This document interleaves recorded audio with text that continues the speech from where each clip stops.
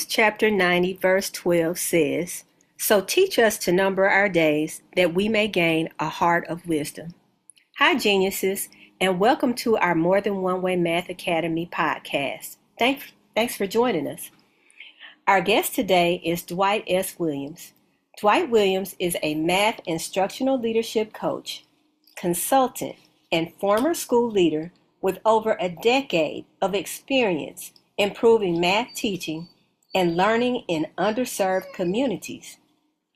As a former math teacher, instructional coach, and assistant principal of STEM, he has supported schools across New York City in strengthening instruction, developing leaders, and improving student outcomes.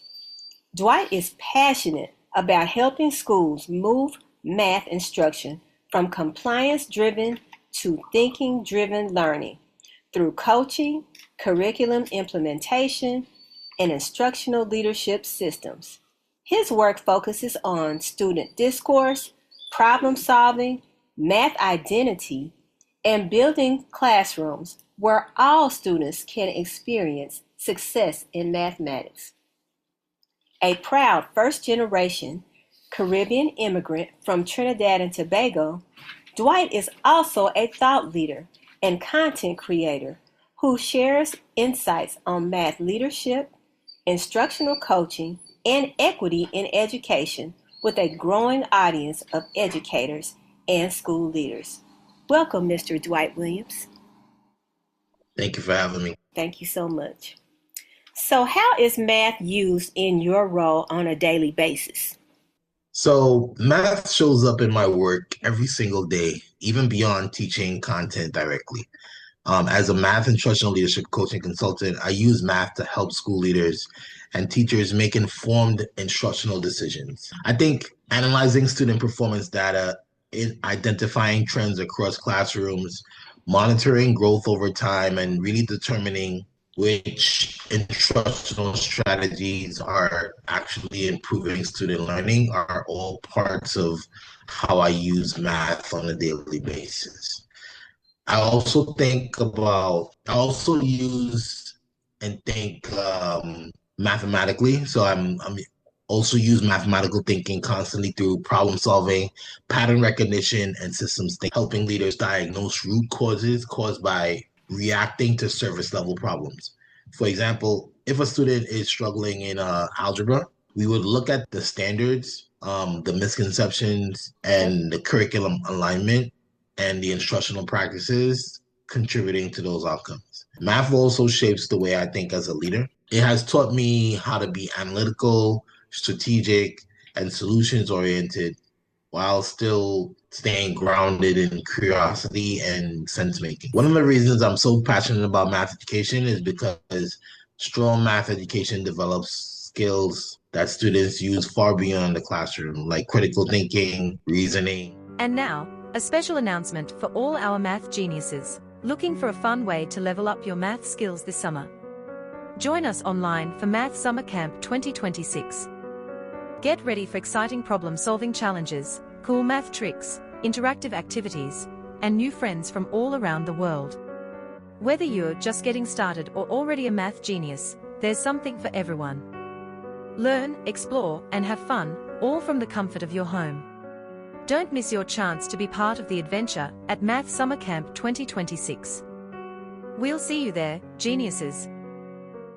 All right, so how do you learn best? By seeing, hearing, doing, or writing things down? I learn best through a combination of things. So I learn best through seeing, writing things down, and doing it.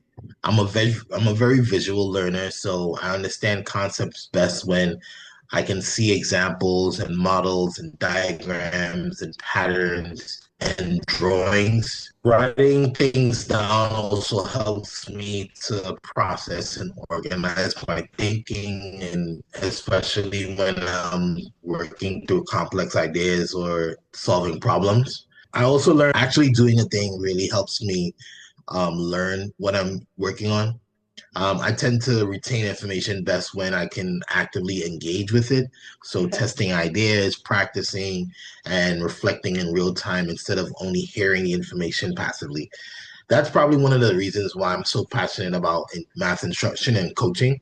The best learning experiences to me really usually happens through a combination of several elements, such as seeing, thinking, discussing, writing, and doing.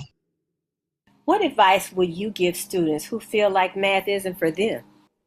This one is special and dear to my heart. I think I would tell them that struggling with math does not mean that they're bad at math. Too Mm, many students, person, or a certain type of people, in reality, math confidence is often shaped by experience, opportunity, and the type of instruction students receive. I've worked with many students who thought that they hated math or couldn't do it, but once they experienced math differently, um, most likely through discussion or visual models, problem solving, and supportive teaching, their confidence started to grow. I would also tell students that math is not just about getting the answers quickly.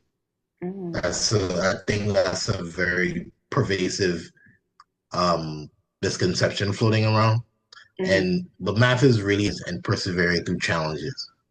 Some of the strongest math students that I know are not the fastest students, right? They don't solve things the fastest.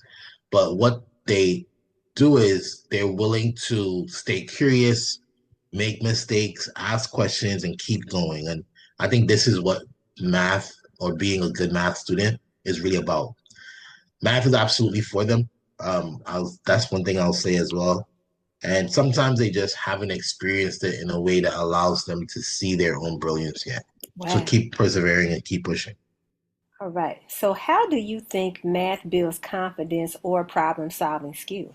Oh, math builds confidence and problem solving skills in a variety of ways. I think math builds confidence because it teaches people that they can solve hard problems through persistence, reasoning, and practice.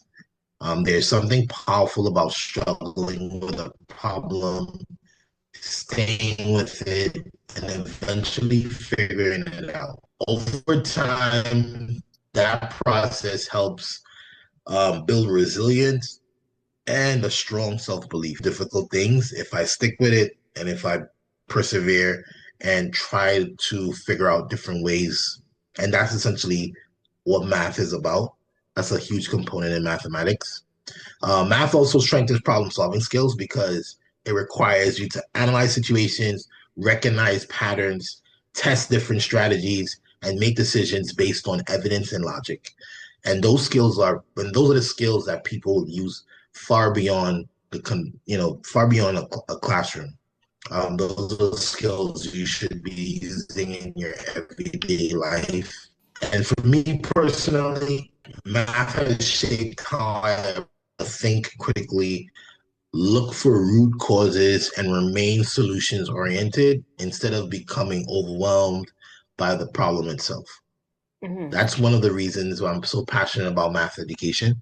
Um, when it's really done well, math doesn't just develop stronger students academically, but it also develops students to become confident thinkers and problem solvers.